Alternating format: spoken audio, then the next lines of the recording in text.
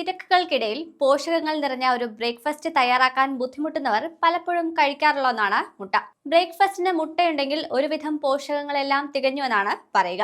എന്നാൽ ഒന്നുകിൽ ആശാന്റെ നെഞ്ചത്ത് അല്ലെങ്കിൽ കളരിക്ക് പുറത്തെന്ന് പറയുന്നത് പോലെയാണ് പലരും മുട്ട കഴിക്കുന്നതെന്ന് പ്രമുഖ ന്യൂട്രീഷനിസ്റ്റുമാർ പറയുന്നു. അതായത് പലരും അമിതമായ അളവിൽ കഴിച്ച് കലോറിയും കൊഴുപ്പും വർദ്ധിപ്പിക്കും, അല്ലെങ്കിൽ ശരിയായ രീതിയിൽ കഴിക്കാതെ പോഷകങ്ങൾ നഷ്ടപ്പെടുത്തും. ഒരു ശരാശരി വലിപ്പമുള്ള മുട്ടയിൽ ഏകദേശം 6 മുതൽ 7 ഗ്രാം പ്രോട്ടീൻ, 9 ആവശ്യ അമിനോ ആസിഡുകൾ, vitamin A, D, E, B12 എന്നിവയും കോളിൻ, ലൂട്ടിൻ, സിയാക്സാന്തിൻ തുടങ്ങിയവയും അടങ്ങിയിരിക്കുന്നു. മുട്ടയുടെ മഞ്ഞക്കുരു തലച്ചോറിന്റെയും കണ്ണുകളുടെയും ആരോഗ്യത്തിന് മികച്ചതാണ്.